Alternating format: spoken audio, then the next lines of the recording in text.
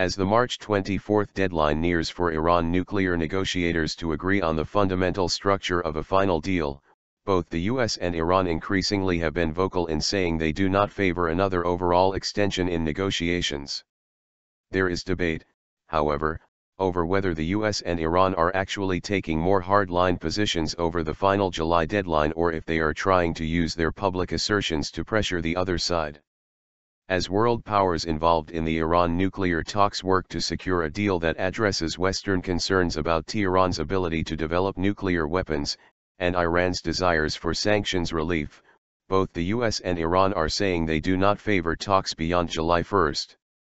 President Barack Obama made that point clear during an appearance with German Chancellor Angela Merkel, this week. At this juncture, I don't see a further extension being useful if they have not agreed to the basic formulation and the bottom line that the world requires to have confidence that they're not pursuing a nuclear weapon, said Obama. At a security conference in Germany this month, Iranian Foreign Minister Mohammad Javad Zarif went further, saying even if there is no agreement at all, he did not believe it would be, as he put it, the end of the world. I do not believe another extension is in the interests of anybody, as I did not believe this extension was either necessary or useful, said Zarif. Strategic or actual. But these hardline stances could be more about strategy, according to nuclear policy analyst James Acton, who works at the Carnegie Endowment for International Peace. This is largely a negotiating tactic. I think that each side is trying to put pressure on the other side to make an agreement.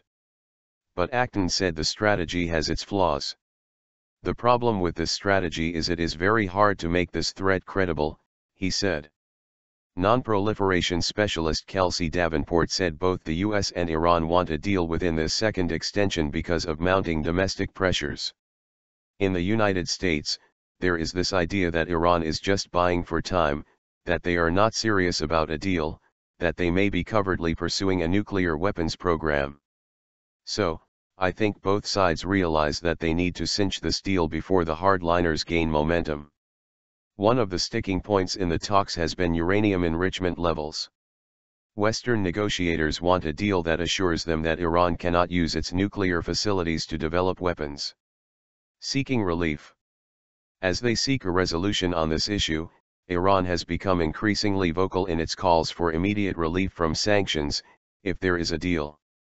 Both sides stand to lose tremendously if these negotiations fall apart, said Acton. Iran loses because it will lose sanctions relief and there is a risk of military action, and the P5+15 permanent members of the UN Security Council and Germany loses if negotiations fall apart because all of the constraints on Iran's nuclear program will evaporate. A diplomatic solution will not be perfect, said Acton, but could be what he calls the least bad solution available.